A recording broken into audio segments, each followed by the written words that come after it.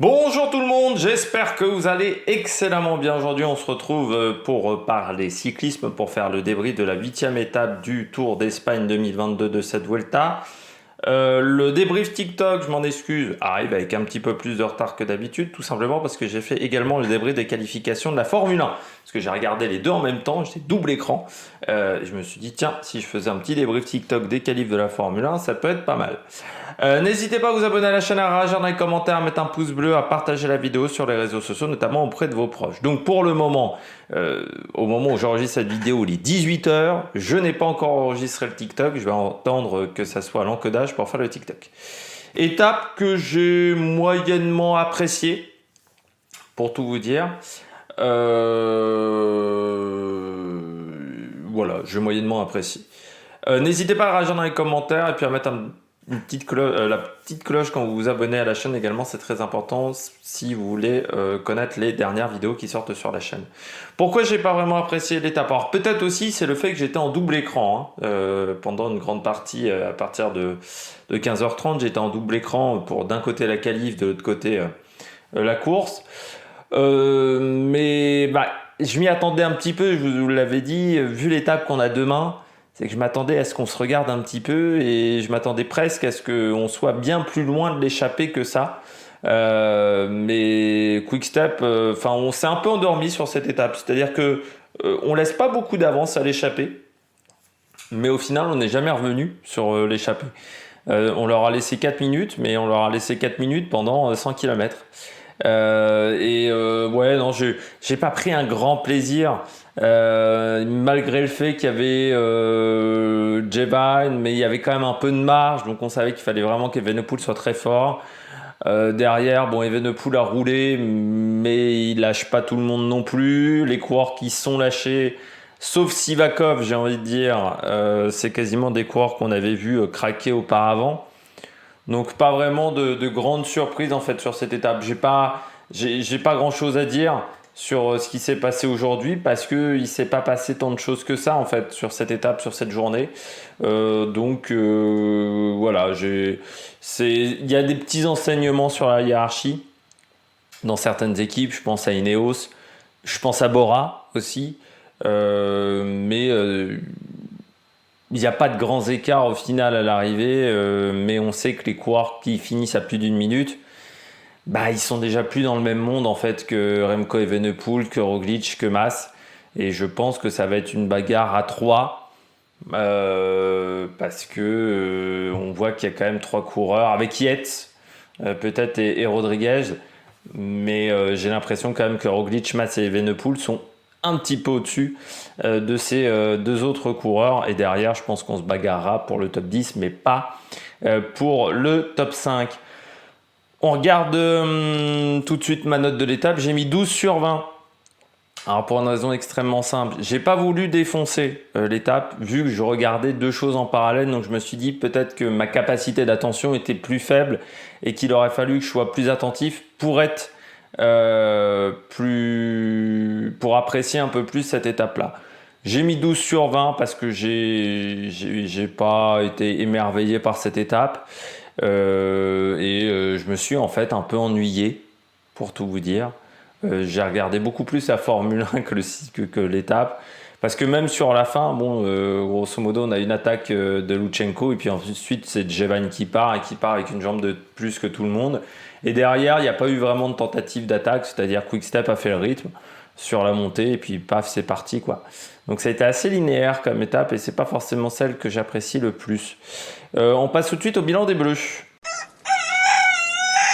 C'est pas la journée de l'année pour les Bleus. Déjà parce que on rate la victoire pour l'étape.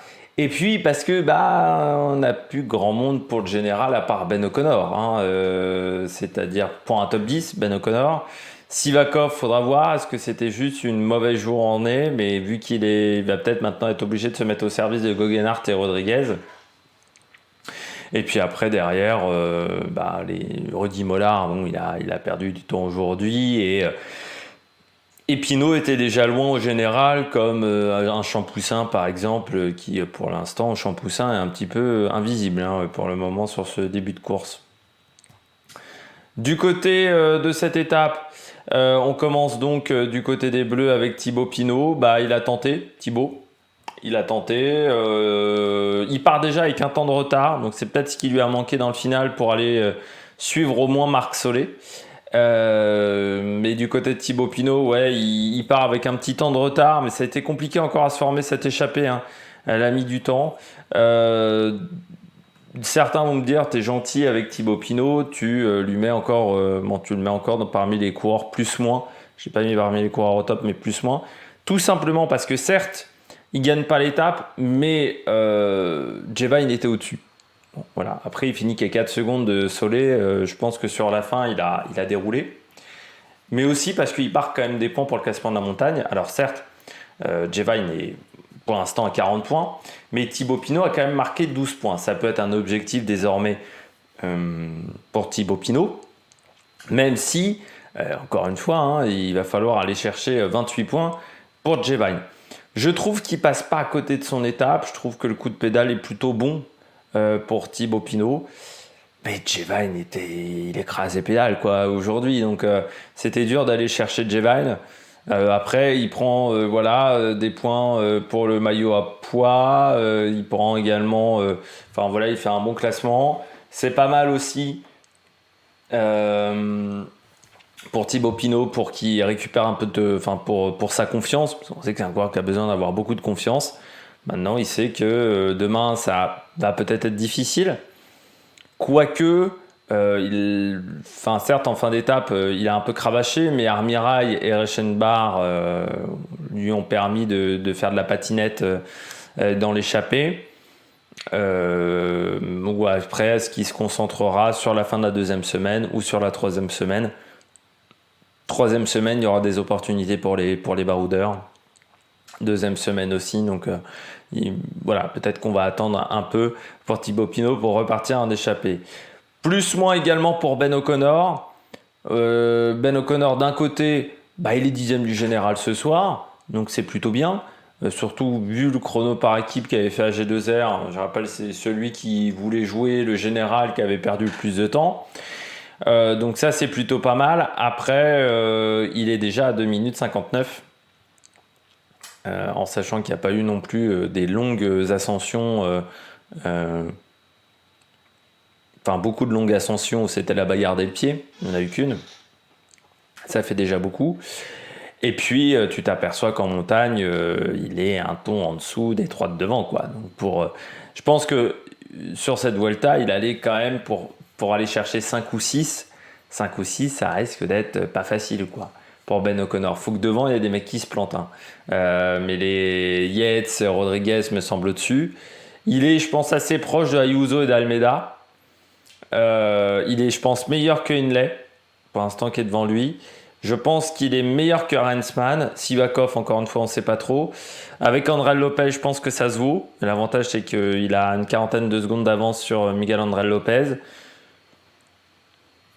Ça risque d'être compliqué après pour faire mieux, quoi. Ça risque d'être difficile, mais c'est plutôt pas mal. Encore une fois, plus-moins, c'est pas catastrophique, c'est plutôt pas mal. Mais je pense qu'il venait plutôt pour aller tenter d'aller chercher la 5e ou 6e place. Là, par contre, ça va être difficile parce que je pense qu'il y a des coureurs qui sont meilleurs que lui pour le moment pour aller chercher ce classement-là. Après, c'est important également pour AG2R et pour Ben O'Connor de montrer que il est capable d'être performant sur les grands tours. Se planter sur 2 grands tours d'affilée, après c'est compliqué mentalement. Demander à Ciccone, ça l'a pété complètement, hein, d'abandonner sur 2 grands tours d'affilée. Donc c'est bien pour O'Connor de se montrer, d'avoir un classement général, même si c'est pas parfait. Ça peut redonner de la confiance, ça peut redonner également de la confiance pour l'année prochaine pour Ben O'Connor et ça peut lui permettre également d'avoir beaucoup de motivation pour bien bosser cet hiver.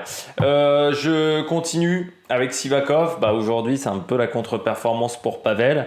C'est pas top en plus parce que Guggenhardt et notre ami Rodriguez font mieux que lui. Et il va forcément régresser dans la hiérarchie. Déjà que c'était pas forcément le leader. Ça, je trouve ça assez incroyable chez Ineos, où on sentait bien qu'on faisait plus confiance à Rodriguez ou à Goggenhardt presque qu'à Sivakov. Bah, là, il perd 2 minutes aujourd'hui sur Rodriguez et forcément, ça complique la tâche. À partir de maintenant, la course va devenir différente. Est-ce qu'il aura son opportunité pour prendre des échappées? Est-ce qu'on l'utilisera comme équipier, comme lieutenant, Sivakov? C'est dommage parce qu'il était bien sur Tour de Burgos, mais aujourd'hui, il passe à côté. Est-ce que ce sont les conditions climatiques? Est-ce que voilà, il a chopé un petit rhume qui fait qu'il est un peu moins performant? Allez, j'espère que c'est pas la Covid parce que on a eu quand même quelques cas aujourd'hui, notamment chez DSM de Covid. Donc j'espère qu'on va pas avoir une grosse épidémie de Covid sur cette Vuelta parce que ça va être forcément handicapant et ça va nuire à la course. Mais Sivakov, ouais, un peu moins bien que lors des dernières journées. Donc c'est dommage. Le Français pouvait faire un bon classement. Voilà. Après, on verra ce qui se passera sur la suite de la course pour Pavel Sivakov. Mais foncièrement, je pense que maintenant, il va avoir un rôle d'équipier. Il pourra plus totalement jouer sa carte personnelle. Et c'est dommage parce qu'il pouvait marquer également un petit peu de son empreinte cette Vuelta et surtout remonter un petit peu dans la hiérarchie Ineos. Surtout qu'avec le départ de Carapaz, certes, il y aura l'arrivée d'Arensman, mais ça laisse quand même des opportunités pour avoir des possibilités d'être leader au moins sur des courses d'une semaine. Mais pour ça, il ne faut pas avoir 2 jours de moins bien. Et aujourd'hui, pour Pavel Sivakov, c'était une journée un peu moins bien. On passe tout de suite aux coureurs au top. Attaque de Marlou! Du côté des coureurs au top, je vais aller assez vite sur la vidéo aujourd'hui. Parce que déjà, j'ai pas grand-chose à dire.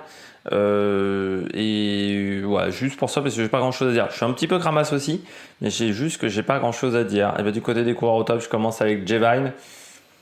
Au-dessus, mais je pense même au-dessus d'Evenepoel. Je pense que pour le moment, Jevine, c'est celui qui est le plus fort en montagne. Parce que il perd quand même quasiment rien sur Evenepoel. Quand il attaque à 6 km de l'arrivée, il y a 2 minutes.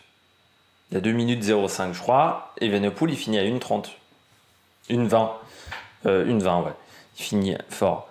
Mais 40 secondes sur 6 bornes, alors que le mec a fait encore échapper, et qui était échappé il y a 2 jours, c'est pas énorme. On est tous d'accord là-dessus. C'est pas impressionnant. Surtout que Jevine, c'est pas le dernier à passer ses relais.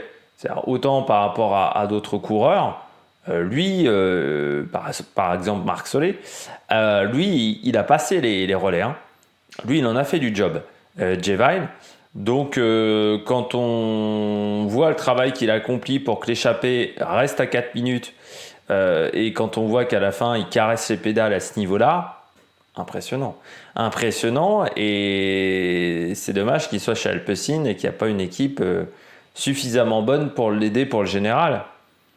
Parce que tu te dis que s'il ne perd pas autant de temps sur les premiers jours de course, il est dans le top 10. Mais c'est encore faisable un top 10 au général. Pour le moment, au général, Jevine, il est à 6 minutes 40. Ce soir, il est à 6,33, voilà, précisément. 6,33. Alors, ça risque d'être un peu plus serré pour le top 10 sur ce Tour d'Espagne. Mais c'est toujours faisable, 6 minutes. Je pense que le top 10 va plutôt jouer en 10 minutes. Je pense que le 10e sera plutôt à 10, peut-être 9-10 minutes.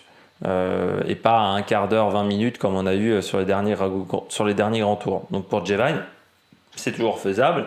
Et vu comment il est performant en montagne, c'est pas mal. Après, est-ce qu'il n'y a pas aussi l'objectif d'aller chercher le classement de la montagne qui semble peut-être plus intéressant, peut-être en termes de visibilité, de notoriété qu'un top 10 ça peut être plus intéressant pour Jevine d'aller chercher ce classement-là. Mais dans ce cas-là, il faudra perdre du temps. Après, en plus, je ne connais pas son niveau sur le contre-la-montre. Et s'il perd 3 minutes sur le chrono, il se retrouve à 9. Le top 10 commence à devenir un petit peu plus compliqué. Donc, c'est une question qui peut se poser ce soir pour Jevine. Est-ce qu'on rejoue le général ou pas? Après, 2 victoires dans un grand tour, ça me rappelle 2 victoires pour un Australien dans une Vuelta. Ça nous rappelle un petit peu Storer quand même l'année dernière. Mais il est vraiment impressionnant. Il est vraiment très, très, très, très, très impressionnant. Et puis, c'est quand même un coureur atypique, Jevine. Encore une fois, il vient de la Swift Academy.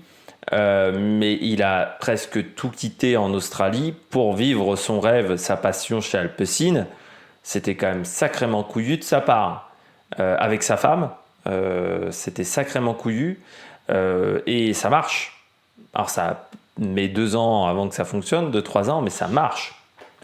Donc vraiment, le coureur australien. Puis il va être à suivre pour l'année prochaine, hein, parce que vu les performances qu'il fait cette année, c'est un coureur qu'il va falloir suivre. S'il progresse encore en intelligence statique, peut-être en gestion de course, enfin en gestion de course, en gestion sur une course de 3 semaines, il peut devenir un coureur très solide. S'il travaille un peu ses points faibles, c'est-à-dire la technique sur le vélo, c'est un coureur qui parfois fait des erreurs techniques, c'est-à-dire des erreurs où il va rater une pédale, où il va se déconcentrer dans le peloton. S'il améliore ça, c'est un coureur qui peut devenir très très dangereux pour les années à venir. Evenepoel, journée, j'irais presque tranquille pour Evenepoel. C'est affolant de dire ça sur une étape où il y avait 13 700 mètres de dénivelé positif avec 6 côtes au programme, mais il a eu une journée tranquille, Evenepoel. C'est-à-dire que Quick-Step a roulé. Alors Quick-Step a roulé énormément, donc il faudra voir aussi en termes de récupération si l'équipe est capable de tenir 3 semaines en roulant de cette manière. C'est vrai qu'on aurait pu laisser partir l'échappée un peu plus. Quand on voit que Shevine est à 6 minutes, je pense qu'on pouvait peut-être laisser 2-3 minutes en plus. Alors au lieu de la laisser à 4 minutes, la laisser à 7. Surtout qu'au final, à part s'il jouait la victoire d'étape aujourd'hui. Mais je n'ai pas convaincu totalement qu'il jouait la victoire d'étape. Julien Alaphilippe, ça va de mieux en mieux en passant du côté des Bleus. Physiquement, ça monte. Après, est-ce que ça sera suffisant pour les championnats du monde du côté de l'Australie? Ça, c'est un peu une incertitude pour le moment. Mais il fait aussi en plus un sacré boulot d'équipier pour Remco. Et puis Van Wilder, un peu mieux aujourd'hui. Il était dans le bon groupe, Van Wilder. Je crois qu'il finit. Quick Step. Alors il lâche un peu sur la fin, hein, mais il était pour moi dans le bon groupe. Van Wilder, il fait 48 à 7 minutes 58, mais il a vraiment lâché parce qu'il était plutôt bien passé, bien positionné au Colao Fanquaya. Et puis Julien également qui a fait beaucoup de boulot, qui se transforme en équipier de luxe. Peut-être le premier grand tour remporté par Patrick Lefebvre, parce que ça soit à l'époque de la Maped ou Quick Step, ils n'ont jamais gagné de grand tour Quick Step, ça je suis sûr. La Maped, ça me dit rien. Qu'ils aient déjà remporté un grand tour, donc ça va peut-être être le premier grand tour remporté par Patrick Lefebvre. C'est un changement de mentalité chez Patrick. À son âge, il commence à devenir foufou pour jouer le général. Et puis Enric Mas, c'est pour moi l'adversaire numéro 1. Là, au bout d'une semaine de course, on peut le dire, Enric Mas est en très bonne condition physique. C'est le seul qui arrive à suivre pour le moment Remco Evenepoel. Alors le problème, c'est qu'il va perdre au moins 2 minutes sur le chrono par rapport à Remco. Il va perdre au moins 2 minutes. Donc ce qui fait que là, ça va faire 2,30 au général. Mais pour le moment, c'est l'adversaire numéro 1. Et c'est vrai que s'il se retrouve à 2,30, vu que Movistar, c'est quand même pas l'équipe qui prend le plus de risques. Et puis que si à 4 jours de l'arrivée, il est 3e du général ou 2e du général, avec les points UCI, on va peut-être plus prendre de risques. C'est peut-être ça qui est inquiétant avec Enric Mas, où il pourra peut-être pas jouer sa carte totalement jusqu'au bout. Enfin, sa carte, il pourra pas faire ce qu'il veut jusqu'au bout. Mais pour le moment, Enric Mas, c'est le seul qui arrive à être au niveau de Remco, parce que même Primoz Roglic ce soir, j'avais l'impression que c'était un peu à l'arrache pour suivre le rythme de Remco et d'Enric Mas. Ouais, Enric Mas, je pense que c'est le coureur qu'il va falloir suivre à partir de maintenant. C'est le coureur dangereux. Si Enric Mas s'écroule, j'ai peur que Remco Evenepoel, après, ça sera compliqué d'aller le chercher au niveau du général. Mais on verra ça déjà demain, parce que l'étape va être très difficile et c'est pas forcément... c'est un profil qui peut convenir à Remco Evenepoel, mais il peut aussi se planter sur ce type de profil-là. Donc ça va être intéressant demain de voir comment va se comporter Remco Evenepoel. Moi, je pense qu'il va bien se comporter, mais on peut avoir des surprises. Je passe tout de suite au bonnet d'âne. Du côté des bonnets d'âne, j'ai mis Gino Mäder. En soi, Gino Mäder et Landa. Hein. Landa dans l'échappée, ça a été dur. C'est l'un des premiers à se faire lâcher, Landa. Il n'y a pas les jambes. Voilà, il n'y a pas les jambes, mais c'est pas une surprise plus que ça, hein. Hier, on m'a dit pourquoi tu ne l'as pas mis en flop.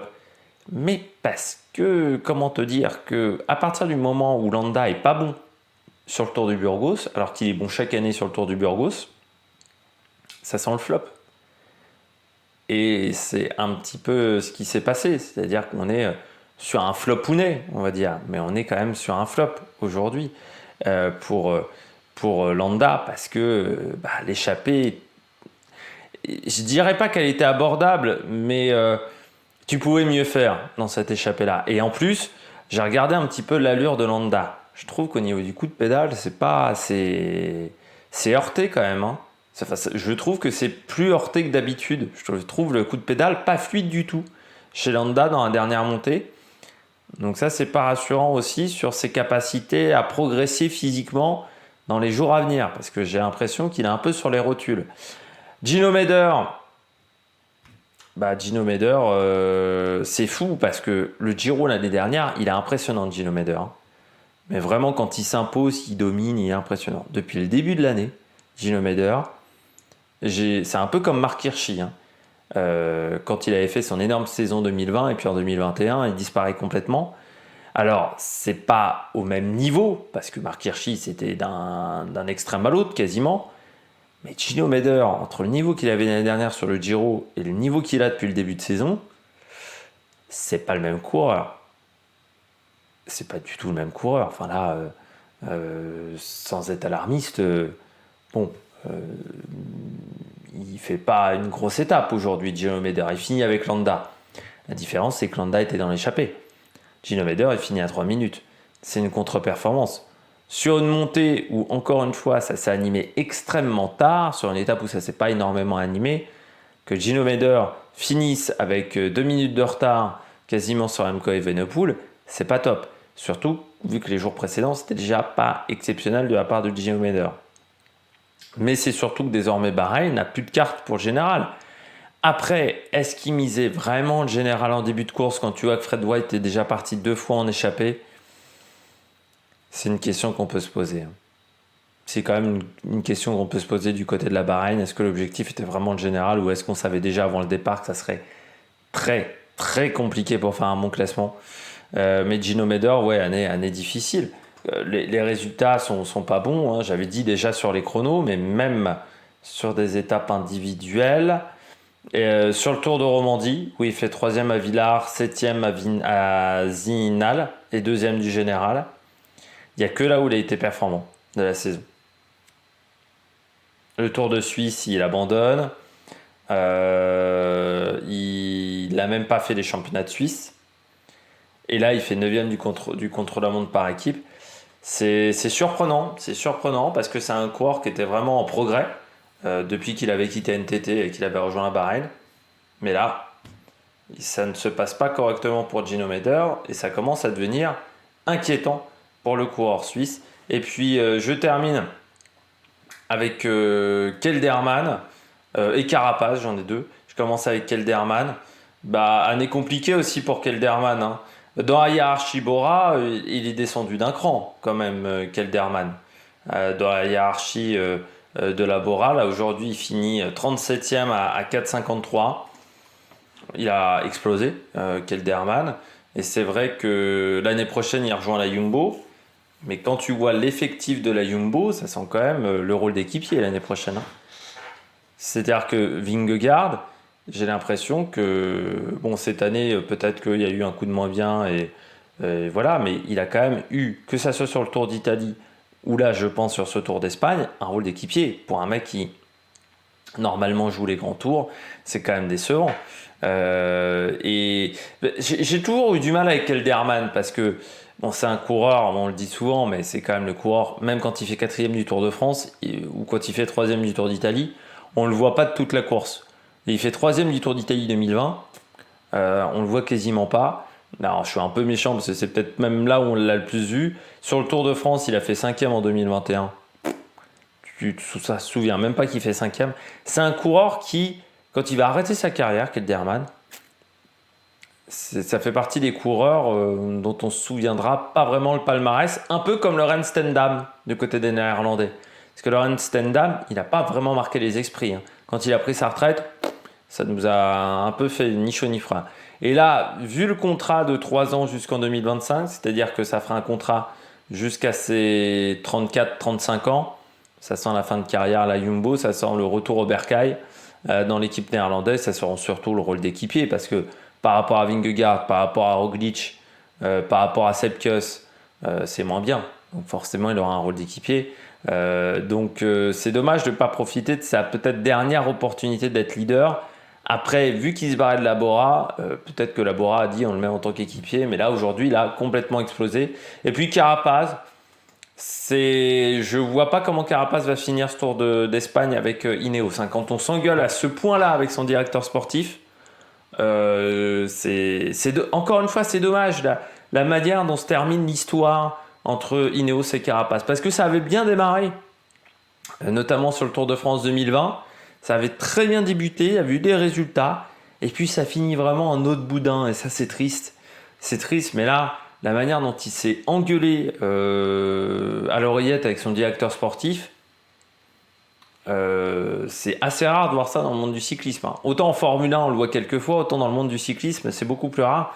Donc on peut quand même se poser la question de l'état d'esprit aujourd'hui du coureur néerlandais, du coureur équatorien. Je pense qu'il a déjà la tête chez EF. Et quand tu es dans cette situation-là, normalement, tu finis pas ton grand tour.